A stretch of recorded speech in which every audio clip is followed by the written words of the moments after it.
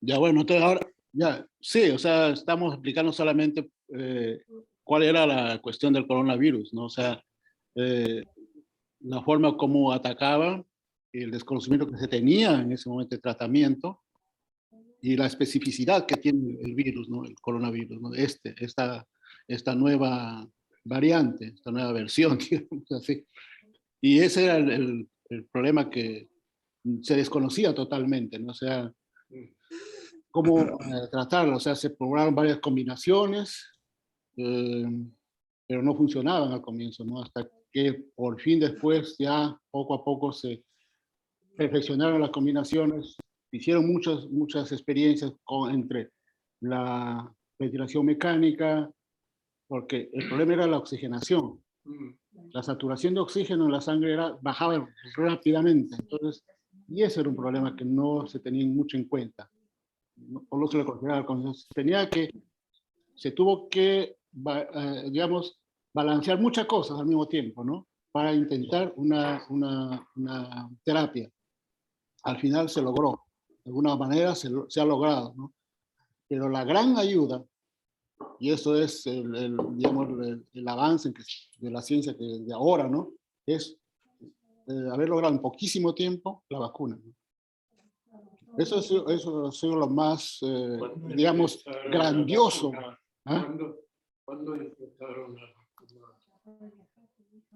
En el principios del año 21. El año pasado. Sí. Creo que en enero empezaron. No. En enero del año pasado. O sea, empezaron las investigaciones desde un comienzo. Lo que pasa es que recién, no recuerdo, creo que ha sido el 21, recién que empiezan ya. En el 21 empezaron a vacunar. Pero en el 20 empezó. Ahora una pregunta. El 20, al final de ese 20 me parece que yo ya me confundí con los. No, en el 20 fue En Alemania en el año 20. El 20. Sí. Una pregunta. ¿Cuándo empezó la epidemia realmente? Porque pienso que empezó en el 2019 a finales. En noviembre del 2019 se tiene la primera Finales. en China. Y en Europa se tuvo después del Año Internacional de la Mujer, el 2020. Marzo del 2020. Marzo del 2020. Porque yo tuve una gripe muy, muy rara, ¿no es cierto? Finales de noviembre, y la doctora no me podía, yo digo, ¿por qué no me da un antibiótico? Así se me va rápido. Y entonces ella me dijo, no se puede. Yo digo, bueno, entonces denme un antigripal. Yo decía, Agripo 19, que te lo compras en las farmacias. Y entonces dijo, no lo podés tomar. Y dijo, porque este es un virus de una gripe que es nueva y que no sé. Y ahí ella empezó a decirme todo eso, y entonces dice, solamente paracetamol. No me dé paracetamol, deme una aspirina, algo así. Me dice, no. Y me mandó a la farmacia y me hizo comprar todas cosas naturales. Y yo decía, no, yo no comulgo con eso porque a mí no me hace nada, mi cuerpo necesita un antibiótico. Y ella decía, no te puedo y no lo compres. Y tuvimos una lucha. Y después en marzo yo voy a Argentina. En Argentina todavía no había entrado el virus y el barrio me dijo, y ahora usted viene de Alemania, el barrio, dijo, y viene contagiando a todos. Dijo, se tiene que poner en cuarentena. Yo no entendía nada y me puse en cuarentena porque la señora de al lado me asesoró en lo que pasaba. Ajá. Y entonces dijo, ustedes, los de Europa, se tendrían que ir todos, miren, y empezó todo el contagio, y más que me puse en cuarentena, ¿no es cierto? Y después le dije, mire, yo vine en un avión especial de Alemania, y allá todo un cuento. Y yo ahora tengo que salir los 14 días, y yo no tengo nada. Y dijo, ya la vamos a mirar, a ver cómo usted la tienen que llevar. Tampoco estaba enterada. ¿Cómo me iban a llevar? Y bueno, no tuve ningún síntoma ni nada. Y me acordaba mucho de la médica que no me quería dar nada porque era un virus y me decía, no te puedo dar nada. Y entonces mis hijos acá en Alemania decían, vos tuviste ese COVID. Seguro. Sí, Es y ahora, posible. sí, llegué a Argentina, no tuve ningún síntoma y todo. Bueno, el barrio vivo que a mí no me vinieron a buscar, ¿viste? Con todos unos... Los marcianos. Todo Sí, destrozado. yo decía los marcianos, bueno, pero me asustó mucho porque el chico de al lado después, y eso a mí me impactó tanto, parecía que los extraterrestres venían a buscarlo. Así, con escafandras, y tres vinieron y entraron a la casa, pusieron a la madre a un lado. Tan espantoso que yo no me atrevía a pasar por el pasillo porque tenía miedo que me contagiara. Sí, sí. Todas cosas así, ¿no? Uno Es impactante. Es Es la impactante. primera vez que, por ejemplo, en mi caso, nunca viví una pandemia en mi vida. O sea, desde que nací nunca viví una pandemia y fue bastante fuerte. Sí. Yo vine acá en 2019, en noviembre, y en esos meses todavía empezó el COVID, ¿no? Después yo me fui en febrero para Argentina, para Buenos Aires. Igual desde entonces ya había escuchado del COVID, que empezó más o menos en China, más o menos creo que en septiembre, algo así, y pues bueno, yo mucho interés en el hito, y dije, bueno, esto es raro, como que nadie hacía tanta publicidad del tema, ¿no? Nadie hablaba del tema, me parecía rarísimo, pero bueno. Después me volví y ahí me enteré que nada, que estaba haciendo pandemia. No, yo después me tuve que quedar, bueno, era para 3 meses, pero me tuve que quedar 7, porque no me quería llevar ningún avión, cerraron todo y Claro. bueno, De vuelta. de vuelta, Sí. de vuelta. Yo estaba ahí, Sí. bueno, ya. Sí, no, claro, esos casos fueron muchos, ¿no? O sea, tanto los que vinieron de a Europa y de aquí tampoco podían ir, Sí, y al revés, ¿no? Los que fueron a Latinoamérica o a otra parte del mundo y tampoco estaban encerrados ahí, no podían, tenían que inscribirse, formar listas en la embajada para Sí. ver la posibilidad de trasladarlos a algún momento, tampoco Sí. sin mayor seguridad. sí. Sí, Los viajes turísticos que se Ay, sí. tuvieron que cancelar también se cancelaron muchos de viajes. Algún día se podía, decían, ahora Mallorca está libre, 15 días después Es verdad. ya no podían ir a Mallorca y los que estaban en Mallorca tuvieron que subir.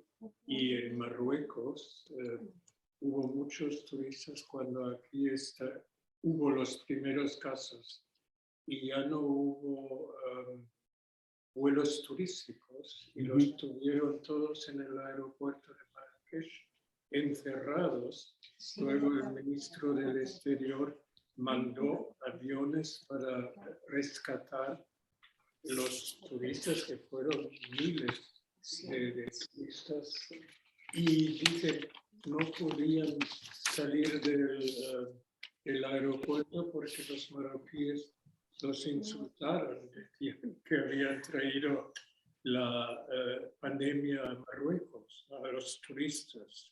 Sí.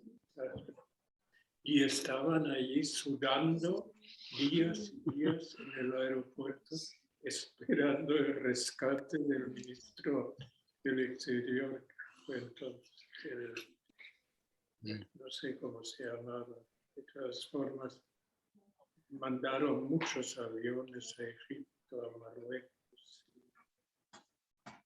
Sí, sí. Walter, Sí, dime. con esto que ha pasado en la pandemia, ¿tú estás observando algún cambio político, económico? Por ejemplo, el sistema de salud.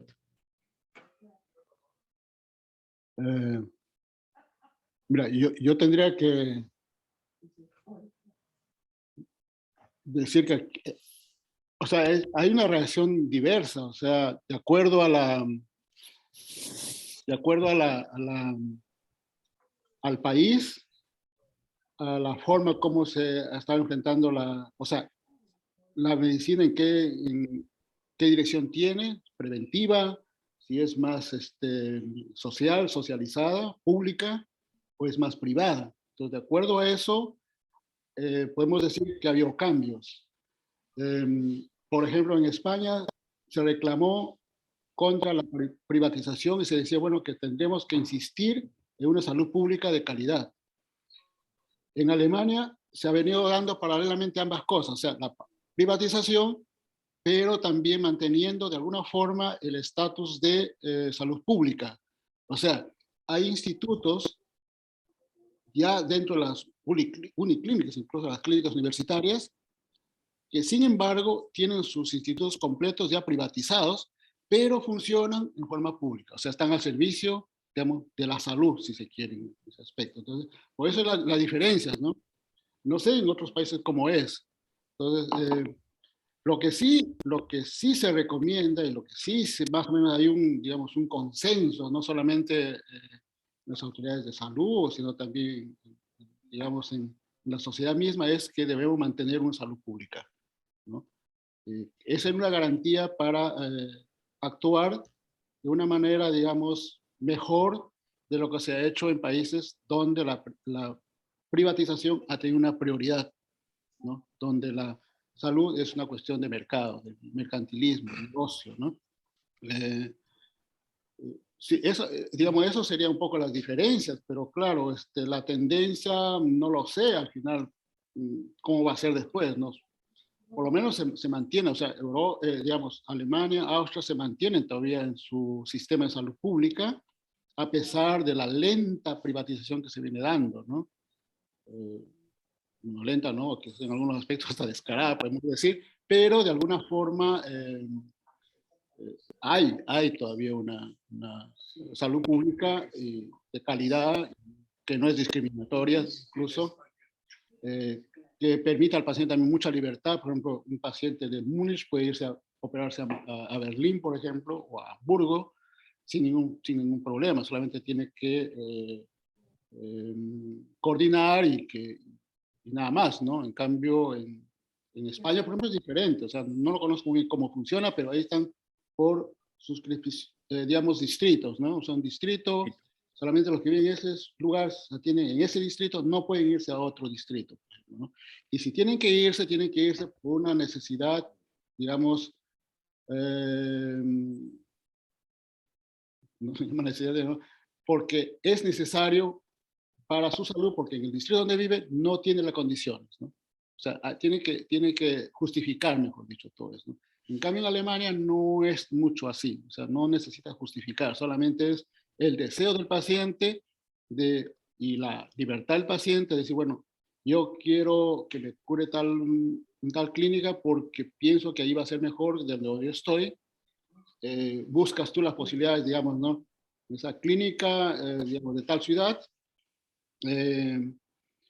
tiene una buena reputación y yo quiero operarme ahí, ¿no? Con tal profesor, con tal médico, etcétera, etcétera, ¿no? O sea, eso es lo que más o menos conozco. Ahora, como ya estoy fuera del sistema, o sea, no conozco últimamente los más desarrollos, sinceramente no lo sé, pero por lo menos por lo que escucho, es eso todavía, ¿no? Se mantiene todavía la idea de la salud pública. Sí, ¿no? Pero también hay diferencias de clases. En los hospitales también hay pacientes privados. Privados. Tienen prioridad. No debieran tener, pero la tienen. Y la masa que los tiene que acoger. Yo no sé por esas clínicas privadas como Fresenius si aceptan también estos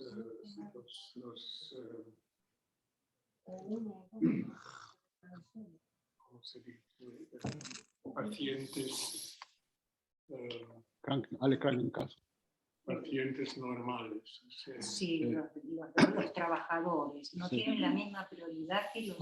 Porque hay dos clínicas en Alemania que son exclusivamente privadas, ¿no?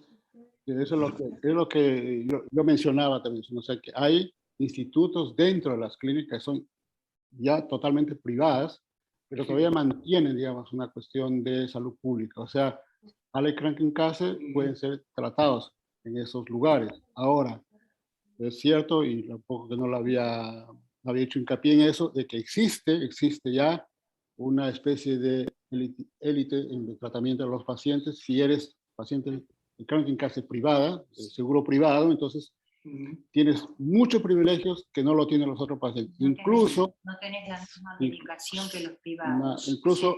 Se te priva. Sí, incluso, No te la dan. incluso el tratamiento, puedes tú estar en ese momento, por ejemplo, en tratamiento, o sea, no, ¿cómo se llama tratamiento? No, si no estás en, cuando llegas, estás en auscultación, ¿cómo se dice? Auscultación. Están examinando en ese momento, ¿no? Pero viene un paciente privado, te sacan y le meten al paciente privado porque tienen que hacer eso, ¿no? Entonces, eso también se da, ¿no? O sea, eso es lo malo de esta privatización. Y hay clínicas totalmente privadas ya, que solamente van pacientes que tienen un seguro privado, ¿no? Y la cosa es que si tú estás en un seguro privado y por cualquier motivo no puedes pagar ese seguro y quieres pasarte a la Krankenkasse pública, es bien complicado. Sí. Muy complicado. Entonces, es casi imposible salir de la Krankenkasse privada y pasar a la Krankenkasse pública, al seguro público. Entonces, eso hay que tener cuidado también. Ahora, claro, esos privilegios se dan, ¿no? O sea, estamos en una situación, en un país capitalista y sí, o sea, eso se está acentuando, como decía yo, porque lentamente se está llevando al sistema un sistema de digamos, mercantil, de ganancia, ¿no? Incluso la proliferación de consultorios privados, por ejemplo, que hace 20 años atrás había una desbandada, digamos, de médicos que iban a la consulta privada a hacer por sus propios consultorios, porque eso rendía mucho más que estar con un sueldo fijo en un hospital público, ¿no? Entonces, y claro, ellos querían ganar mucho más de lo que se le pagaba en un hospital. Entonces, y eso que un médico en Alemania, por lo menos, no está mal pagado, está bien pagado y sobrepagado, podemos decir. Sacrifica un poco, claro, como cualquier otras carreras o cualquier empresario, digamos, que gana bien. Entonces, claro, sí, hay un sacrificio, pero también está bien pagado. Y por lo tanto, por eso también aquí en Alemania, por ejemplo, no está permitido trabajar en el hospital y luego en forma privada. No está permitido, pero hay excepciones, pero ahí trabaja medio tiempo nomás, medio tiempo en la clínica y medio tiempo en forma privada. Claro, eso también se da, pero esa es la tendencia menor. Entonces, yo recuerdo todavía hace 20 años por lo menos ya eso, que se prohibió abrir nuevos consultorios privados, ¿no? No recuerdo exactamente el tiempo, pero hace mucho tiempo atrás, quizás más de 20 años ya, sí, se prohibió eso, y de tal forma que ahora solamente tú puedes... En los 90. 90 ya, exactamente. Sí, 90. Entonces, solamente tienes acceso a una consultorio privado, pero como una especie de herencia, o lo compras, ¿no? Pero no puedes abrir uno nuevo, no puedes abrir uno nuevo, ¿no? Entonces, eso era para evitar de que toda la gente deje los hospitales para irse a trabajar en forma privada, ¿no? A los privados. Sí, entonces eso es lo que se hizo y se mantiene todavía, ¿no? Entonces, pero por ejemplo en Austria es algo curioso, hay que todos los médicos trabajan en las clínicas y también trabajan en los hospitales. Y es así, normal. A mí me sorprendió eso, ¿no? Yo pensaba que un país aparentemente más socializado, porque en la vivienda tiene mucha socialización. Claro. Sí, claro, es capitalista, pero... Claro, pero yo pensaba de que quizás también la medicina, claro, como es, como yo digo a veces, Austria viene a ser la provincia de Alemania. ¿No? No, Viste que mudarte para darte cuenta. Entonces pensaba que era lo mismo, ¿no? Pero no es lo mismo, ¿no? O sea, hay muchas cosas que no funcionan así. Incluso hasta he descubierto un libro que se llama, que donde remarcan el odio bueno, el odio, entre comillas, son los alemanes, ¿no? Y el libro se llama, creo, así como es un cuy entre alemanes, se llama Un alemán entre austriacos, o Un austriacos entre alemanes, algo así, ¿no? Hay una película de Ay, bueno, los de Austria empiezan a aprender el himno alemán, bueno, y hay esa calle que los divide, porque claro, es un pedacito, ¿no? Sí, Sí, sí, yo siempre digo que es una provincia, claro, es que los austríacos me miran y me quieren fusilar por eso, ¿no? Te miran mal. Pero- Se ponían en la película, se vestían de alemanes y después Miran grueso. de austríacos y se cambiaban, y bueno, después ya era una confusión. sí, sí. Sí, o sea, ese, digamos, más o menos, o sea, el sistema es, digamos, un poco demoníaco, pero funciona angelicalmente. No sé, la Sí, vi no sé alguna si vez por Era televisión. una película de ustedes tienen alguna Austria, experiencia sobre eso, no sé. Ustedes como No, pacientes. cuando se dividió, ¿no? Yo creo que en España Entonces, también hay gente que trabaja en hospitales y por claro, la tarde los tienes alemanes consulta querían ser privada. austriacos, Sí, me ¿no? suena. Querían Sí, pasarse sí, eso para también acá, escuchaba para ya, el es otro bando. bastante. Y bueno, y Sí. ahí hubo una lucha de división, ¿no? Y entonces no querían ser alemanes. O por lo menos fui estoy jubilado. Entonces Estoy jubilado, radiólogo. la calle, era todo Sí, sí, radiólogo. muy interesante.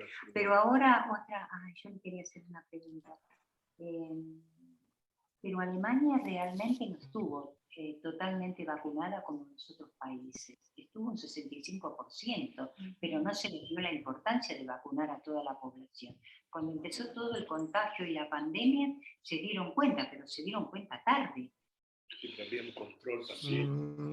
No sé, no había control. De vida no es lo mismo que Bueno, No, pero la pandemia estaba, escuchaba, llegaban todos los aviones sí, a los pero países. Aquí no se le dio importancia al No, sí se le dio a importancia. ¿Puedo? la vacuna. No, yo creo que sí. El problema era que el problema de países como europeos, la mayoría de países europeos, sobre todo Alemania, Austria, son muy legalistas. Entonces priorizaban la legalidad a la cuestión científica. Entonces, por ejemplo, una vacuna no estaba permitida, la ley no lo permitía.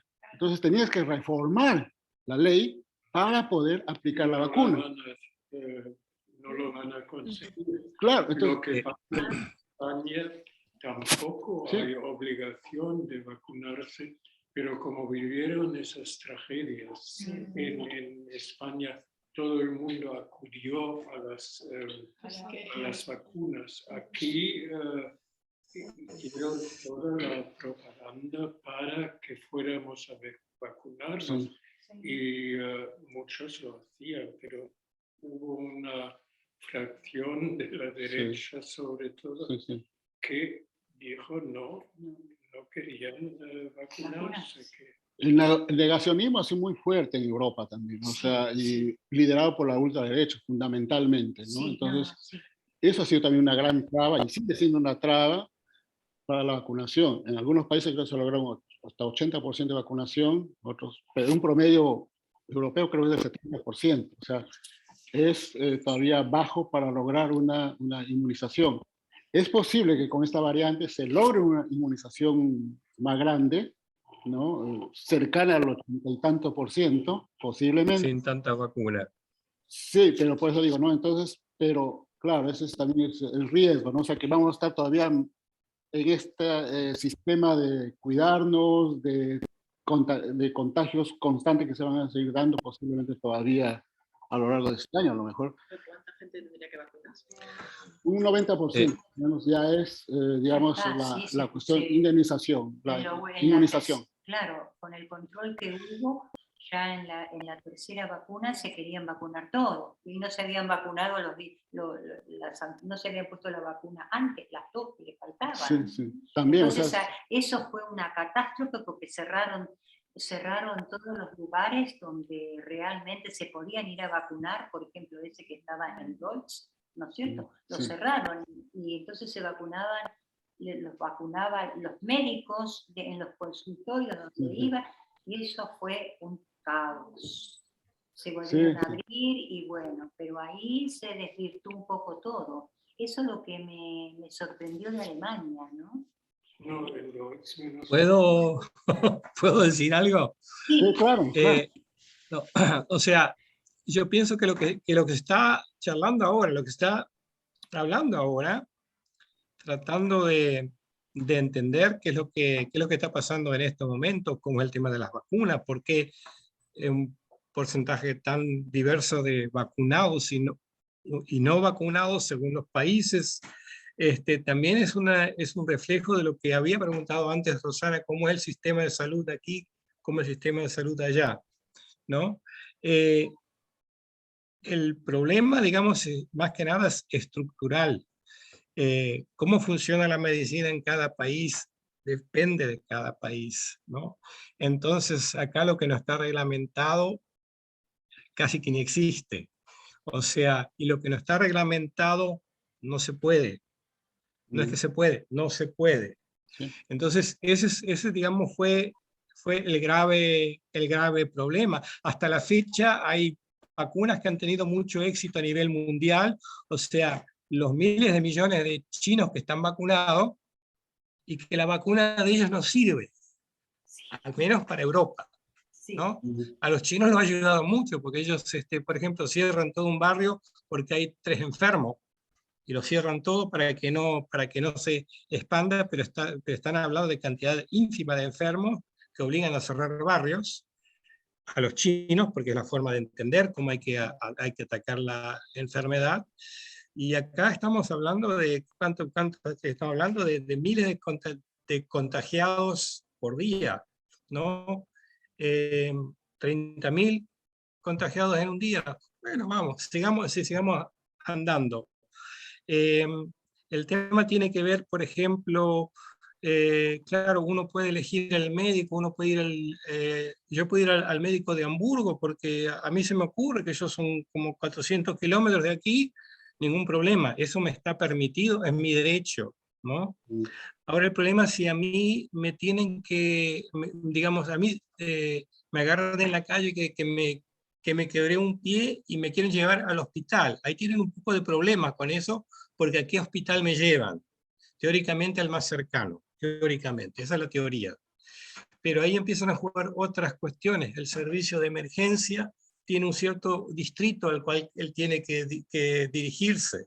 Yo puedo elegir, lógicamente, puedo seguir eligiendo, pero él me lleva a tal y tal hospital, y a no ser que en ese hospital no haya cupo para mí, me dejan ahí, y yo quiero ir a otro hospital, ¿no? O sea, es un poco el problema, esas enfermedades del sistema. En ese caso de emergencia, es otra cosa, es otra... No, pero está todo al mismo nivel. Son cosas que no están reglamentadas, que no están bien, o sea, están demasiado reglamentadas, ¿no? Que llevan a que la cosa no funcione. Entonces acá, por ejemplo, está la libertad de ponerse una vacuna o no. Eso está, es un principio prácticamente con una base de la Constitución, que qué sé yo, que cada uno es dueño de su cuerpo, ¿no?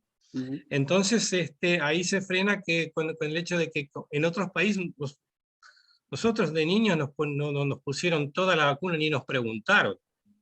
Y estamos todos contentos que nos hayan puesto la vacuna, de cierta forma, porque por eso hemos llegado a sobrevivir al menos hasta esta edad y esperamos seguir haciéndolo, ¿no? Pero está reglamentado por ley, o sea, las vacunas contra la viruela y todas esas cosas, era por ley, no tampoco era así nomás. No. Está reglamentado por ley. Estaba reglamentada sí. ponerse la vacuna, la de Putin, y todos decían que se iban a poner. Bueno, es otra cosa. O sea, bueno, Putin vacunó a todo el mundo, bajabas del tren y te vacunaban. Y se vacunó todo, el 99% de la población, porque no podía, por falta de dinero, no podías trasladarte en un bus o en nada, porque no tenían trabajo en nada. En cada estación o en cada barrio estaban las vacunas de Putin. Bueno, y ahí era... y en Francia, yo estuve en el mes de agosto del año pasado, y al llegar a la Gare du Nord, un control, había que presentar el certificado de vacunación. Si no, no se entra. Sí. Pero eso... En algunos sitios también decían en los metros, pero en el metro nunca he visto ningún control aquí. No. Nunca. Carlos, sigue, porque tú te cortamos un poco. Sí, no, yo a lo que voy es, digamos que, claro, cada sistema tiene cada sistema de salud en cada país tiene sus bondades, también tiene sus defectos. El componente sociopolítico económico que tiene en cada uno de los países es diferente, ¿no? Y por lo tanto, digamos, el aceptar una vacuna o no depende también de varios componentes en cada país, ¿no? En ciertos países es muy fácil, porque además está acostumbrado, que alguien de arriba dice, se hace así, se acabó toda la historia. Aquí hace falta, digamos, que haya una ley o un reglamento que diga tal y tal cosa. El reglamento ni siquiera alcanza porque uno lo puede protestar todavía. Y puede ir inclusive hasta la Suprema Corte Europea de Justicia para reclamar que eso a él no le toca. O sea, y ese es un componente muy importante para entender por qué, pese a que se vacunó montones, en realidad no llegamos a una tasa tan alta de vacunación en Alemania como en otros países del Mediterráneo. Posiblemente ellos vivieron los primeros ataques del corona de una forma mucho más, más alarmante y, digamos, con una mayor vulnerabilidad de la población que lo que se vivió aquí en Europa Central y Europa del Norte, ¿no? Son cuestiones muy diferentes. Y sobre todo hay un punto vital que tiene que ver, por ejemplo, nosotros estamos en una situación, digamos, Europa tiene su cierto poder de conseguir las vacunas para entregarlas a la población, y hay otros países que no llegan, que no llegan ni siquiera para cubrir la necesidad del 10%, o una mascarilla para que les tape un poco la nariz, ¿no? Y posiblemente en esos países, claro, analizarlo a nivel científico podría ser, bueno, posiblemente como en esos países, o sea, con el tiempo, como esos países la población estuvo simplemente expuesta y murieron un montón, pero en cierta forma se dio paso a una inmunidad biológica de gran parte de la población a través del contagio. Son todas especulaciones, ¿no? O sea, lógicamente yo con mis vacunas, yo pese al contagio, sé que de momento me ha dado un poco livianito, y bueno, y es como si me hubiera puesto la cuarta dosis ahora con el contagio. Lógicamente, hubiera preferido no contagiarme, ¿no? Pero no, digamos, lo que sí, yo me he puesto las vacunas, y eso me ha dado una cierta seguridad de que no me iba a afectar tanto. No es una seguridad 100%, pero una 99,9%. Y a eso voy, y eso me deja un poco más tranquilo. Pero ahí está, son cosas que no, digamos, que cuestan mucho en entenderlo, y que cuesta mucho ver ese tipo de comparaciones que se hace de una estructura en un país con la estructura de otro país, porque son estructuras muy difíciles de trasladar. O sea, por un lado, la estructura del sistema de salud en un país que funcione de tal y tal manera, ¿no? Que uno va a tal y tal lugar y lo atiende de tal y tal manera, y va al otro, lo atiende y todo funciona, es una cosa comparable, pero por otro lado está el sistema social, está toda la historia de la estructura. Aquí me están protestando.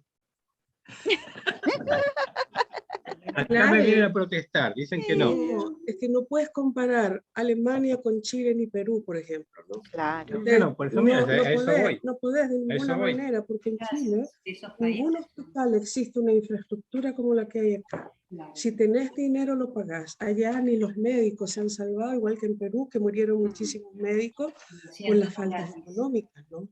No hay un sistema social de salud, ¿no? Y, por ejemplo, a mí me da mucha ira ¿por qué nos contagiamos nosotros, ¿no? Por la poca solidaridad de la gente. Llegamos nosotros después de 6 semanas en Chile, que nos cuidamos muchísimo, muchísimo, muchísimo. Llegamos acá, con quien nos encontramos, con un vecino, dice, tengo corona. Y yo digo, pero va sin máscara. No. ¿Ya?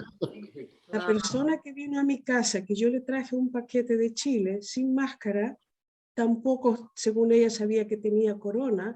Entonces yo veo acá la poca solidaridad de la gente. Yo tengo corona, pues bien, pégátelo, contágiate. ¿Me entiendes? Entonces esa diferencia aquí me molestó muchísimo, porque en Chile, a pesar de la pobreza que hay, ya la gente se cuida, ya trata de no contagiarte, ¿no? Pero te digo, en nuestros países el problema mayor es la pobreza. Es la pobreza y la falta que hay en los hospitales y que los gobiernos no responden ni tanto a los médicos ni tanto a la población. O sea, y no solo para eso, o sea, yo conocí mucha gente que en Chile pasaron la pandemia en su casa, ¿no? Sin ni una aspirina. Tampoco tienen dinero para llamar para que le manden las cosas a la casa. Es solamente la solidaridad de los vecinos lo que te ayuda. ¿Ya? Y te digo, los médicos allá no tienen ni guantes, ni mascarillas, ni nada para atender. Y solamente los ricos pueden tener oxígeno Entonces es un desnivel bastante grande, ¿no? O sea, todo pasa lamentablemente por la economía. Sí. Por la economía y la educación que se le puede dar a la gente y lo que la gente pueda responder, ¿no? Pero a eso me refería yo, que esa es la estructura que de cada país.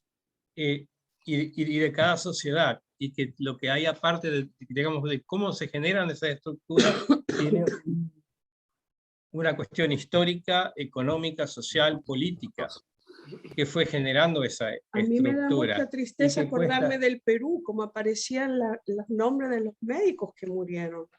Ya en México, por ejemplo, en Nicaragua también, ¿no? ¿Ya? O sea, y por falta de guantes, falta de mascarillas, ¿no?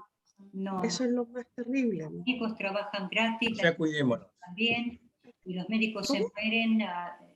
Se ha visto en Argentina médicos que van al taxi o al remis a sacar la gente de adentro de los coches porque nadie los puede ayudar con COVID, y el médico cae muerto junto con esa persona. Así que la estructura es como dice ella, la solidaridad. Aquí sí hay estructura y nos damos la chance de decir yo no me tengo ganas de vacunar. Y bueno, y hay que pagar por si no tenés el barbijo. O sea, cuando estas estructuras se les toca el bolsillo, entonces todos marcamos el paso. ¿No es cierto? Acá el test gratis. En Chile un Schnelltest cuesta 15 euros. 15 euros al cambio de peso chileno. Y hoy día acabo de leer que un estudiante universitario recibe una beca del Estado de 32.000 pesos mensuales, o sea, de dos Schnelltests para comer. ¿Sabes lo que son? Son como 32 euros al mes de beca, y te salen 2 Schnelltests que tenés que pagar allá. Y acá lo tenés gratis. Entonces, la economía da mucho, ¿no? O sea, eso es lo que rige actualmente. Sí, o bueno, seamos solidarios. Sí, nuestros sistemas. Claro, o sea, nosotros aquí hemos estado un poco viendo las cosas sin mucho precisar la cuestión de de las condiciones socioeconómicas, ¿no? Y políticas, claro. O sea, Yo justamente me refería a eso. con lo que ustedes han dicho, Sí, claro, o sea, se completa el panorama y lo tenemos un poco más claro también, ¿no? O sea, sí, claro. hay que tener en cuenta todo eso también para tener más o menos un diagnóstico de lo que ha sido la pandemia y cómo se enfrenta la pandemia. Pero también la forma como se ha encontrado la vacuna y la gran ayuda que ha sido la vacuna para que los nuevos contagios de ahora que se vienen dando no tengan las consecuencias cuando no estaba el paciente vacunado, la persona vacunada, ¿no? Entonces, que no hay conciencia y que es un montón de factores, ¿no? Legales, culturales, económicas. Sí, pues eso también es un factor que hay que tener en cuenta en estos casos. Sobre todo en Europa, ¿no? En Europa que, digamos, tenemos las mejores condiciones y sin embargo, pues también hacemos más hincapié en nuestros derechos individuales, ¿no?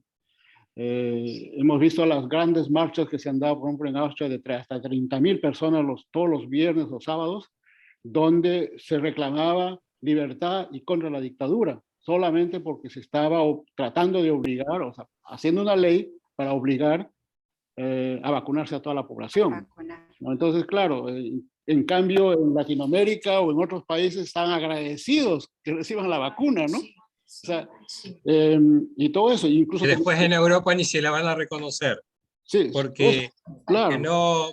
porque no cumple con ciertos parámetros. Bueno, y los parámetros realmente en ciertos casos es que no ha sido verificada. ¿Y quién la verifica? Bueno, la Comisión Europea de los que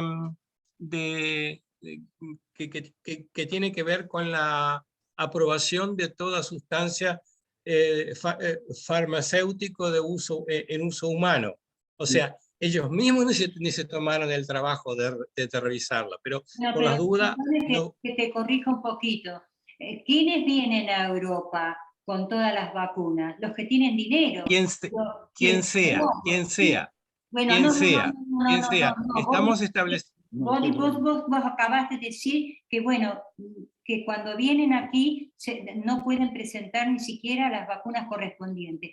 El pueblo argentino viajarán 20 o viajarán 40. Lo que sea, aunque sea uno. Personas y se vienen y se fueron a vacunar a Miami, ¿no es cierto? Porque no confiaban en la vacuna. Entonces, y porque tienen el objetivo de recorrer todo el mundo. Pero los otros, los 35 o 47... Se vacunaron con la Sputnik. No pueden ir ni siquiera a la capital y no conocen ni siquiera el Obelisco ni la Casa Rosada, porque no hay dinero, no hay zapatillas, no hay para comer. Hay que mirar todas esas cosas. Correcto. Pero lo que pasa que todo esto que yo estoy diciendo no tiene que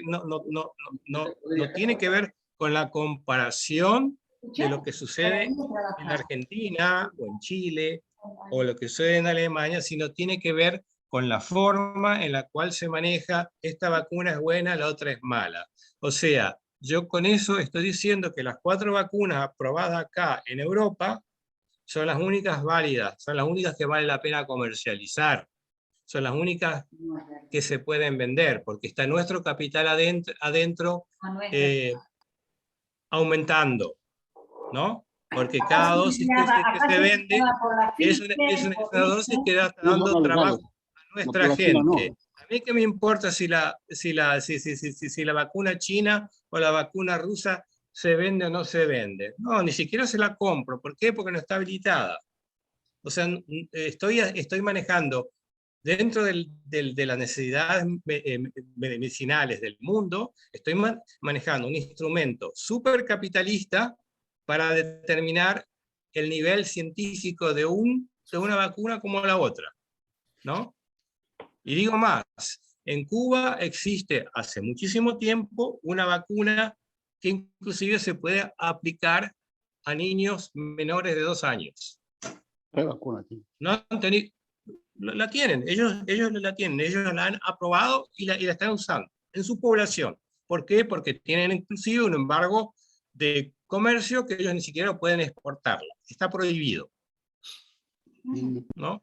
Entonces ahí, ahí es donde fracasan los sistemas, ¿no? Porque nosotros creemos en ciertos lemas y creemos que la AstraZeneca es la mejor, es la que nos pusieron a nosotros y por eso nos podemos mover de un lado para otro. No, claro, claro, nosotros sabemos de que eso existe ¿No? en el medio científico, es así también. O sea acá hay una legalidad determinada.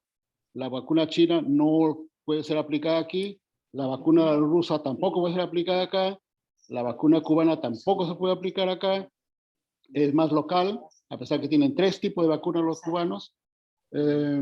La vacuna china se ha usado también solamente en su país, la vacuna rusa solamente en su país, y en algunos países como creo Argentina y Chile, me parece que también una parte compraron vacuna rusa. La vacuna china llegó a Perú.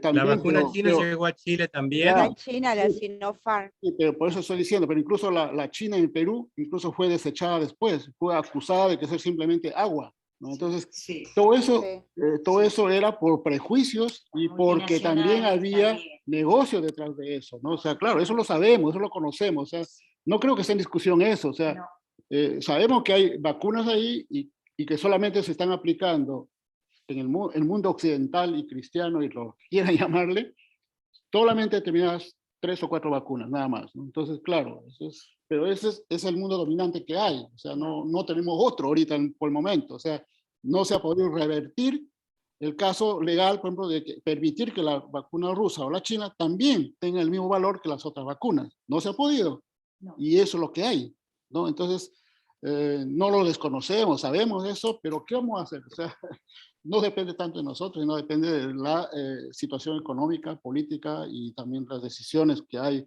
a alto nivel, ¿no? O sea, negocios. O sea, que hay que cambiar las cosas. La empresa, gente, hay que cambiarla, pero ¿cómo la vamos a cambiar? Sí. Cada uno pone lo suyo.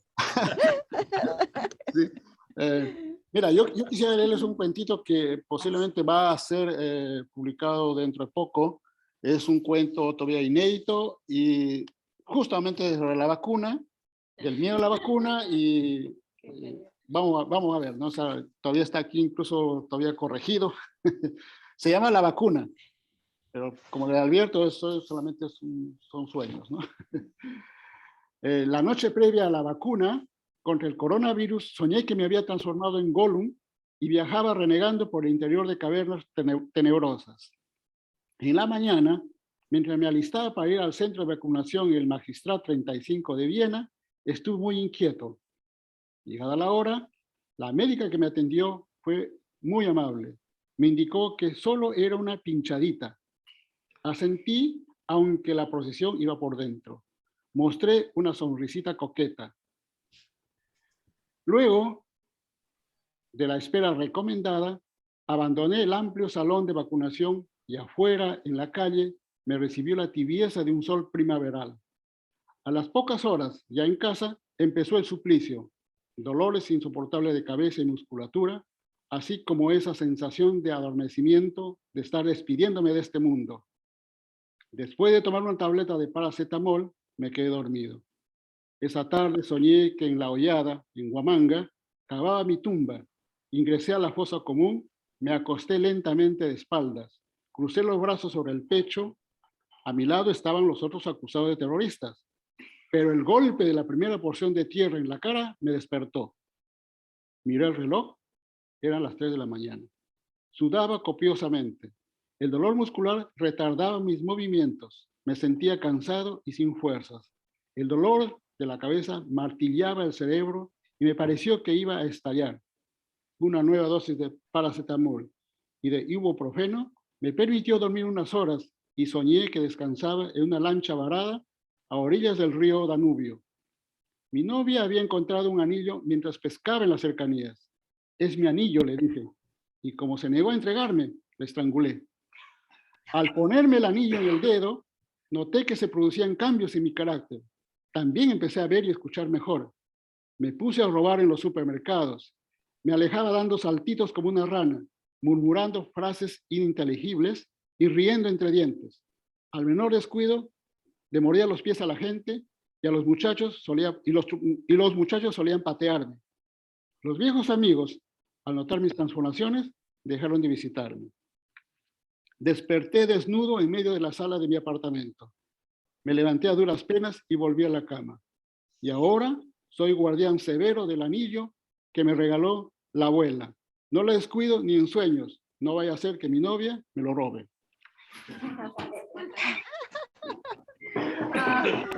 Bravo. Sí, o sea, o sea, la vacuna, claro, había expectación, o sea, vacunarse porque eso nos iba a aliviar de todo este problema de la pandemia, pero al mismo tiempo también había mucho miedo. Y los miedos siguen recorriendo todavía toda Europa, como un fantasma, como si fuera el primer manifiesto comunista, ¿no? Entonces, hay mucha oposición todavía a eso, pero bueno, se ha logrado una, digamos, por lo menos un 70% promedio a nivel europeo de vacunación. Y ojalá que en pocos meses ya la pandemia se vaya superando, o sea, somos optimistas. Poco a poco ya estamos volviendo a la realidad, digamos, casi normal, aunque de otra manera. Esta reunión de hoy día también ha sido una especie de ensayo para continuar con nuestras tertulias presenciales. Y me da a mí también mucha alegría de tenerlos aquí presentes, verlos sanos, saludables, a pesar de las circunstancias. Y creo que el próximo mes va a ser mejor. Vamos a tener un invitado especial, un escritor peruano que vive aquí en Colonia, con un nombre bastante extraño también, Glaucona Yue. Y nos va a leer también sus historias y escrito novelas y cuentos. Entonces estamos, como digo, no estamos empezando ya una nueva posibilidad de entrar a las tertulias presenciales. Bueno, eso sería, creo, de mi parte. Y nos estaremos viendo el próximo mes. Dime, Carlos. El otro tema para el mes que viene está el tema de nuestra querida amiga escritora Pilar Baumeister, ¿no? Que hay dos cuestiones. Una de ellas, voy a hacerle un pequeño homenaje ese mismo día 22, es una propuesta que yo hago, ¿no? Que le hagamos un homenaje a ella. Y luego que el día 23, el sábado, hay un homenaje para ella, al cual hemos sido invitados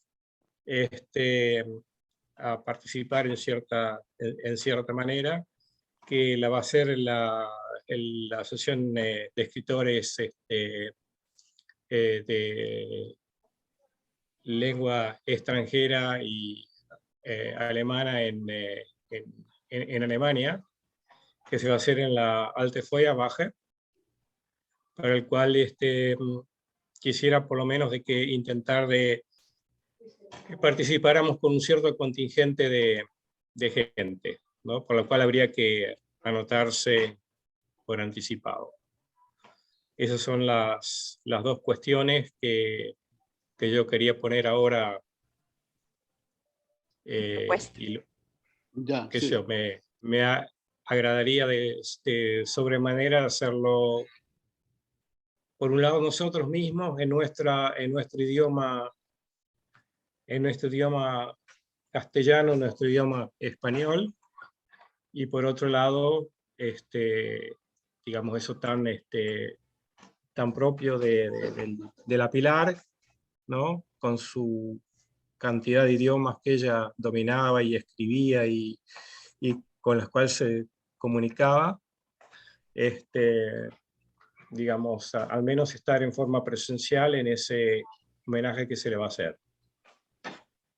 Sí. Simplemente lo dejo ahí y bueno, que pasemos la información y que la gente de la tertulia que tenga interés en asistir, que nos avise con anticipación para que podamos conseguir un contingente de entradas para esa oportunidad. Sí, yo me olvidé de comunicar ahora que les escribimos, sí creo, a través de la tertulia, pero me olvidé de hoy día empezar la reunión un poco avisando, ¿no? De fallecimiento de Pilar Baumeister, ¿no? Entonces, sí. Entonces, pero yo les recuerdo que les escribí por correo electrónico. Pero luego la Asociación de Escritores de Alemania, la sección de extranjeros, de escritores de la migración, le van a hacer como informó Carlos, le van a hacer un homenaje el día 23 de abril en la Alte Feuerwache. Entonces yo le voy a escribir también para anotarnos y poder ir a ese día 23. Y el 22 quizás una parte de la tertulia empecemos aquí también haciendo un pequeño homenaje a ella, porque ha sido una de las principales impulsoras también de nuestra tertulia. También ha sido muy querida, digamos, en el ambiente de los escritores de la migración. Ella era representante de los escritores extranjeros ante la Federación Nacional o Asociación Nacional de Escritores de Alemania. Entonces, por eso esas dos cosas que se van a dar, ellos también le van a hacer un homenaje. Entonces, sí, yo creo que eso lo vamos a tener en cuenta para la próxima reunión. Ya lo conversamos, ¿no? Yo les escribo mañana o pasado, seguramente ya una pequeña nota para recordar eso y también sobre la nueva tertulia el 22 de abril, ¿no? ¿Y vos cómo te manejas con email? Por email, claro, yo les escribo por email y acá los de la tertulia, ya, sí, por favor. Para entonces ir conversando y bueno, los que tienen tiempo, ganas, pueden también ir el día 23 a la Alta Feuerwache. En todo caso, el día antes acá en la tertulia, vamos a comprar nosotros. Bueno, entonces, sí, Carlos, entonces así terminamos esta noche y nos despedimos hasta Perfecto. 22. Saludos.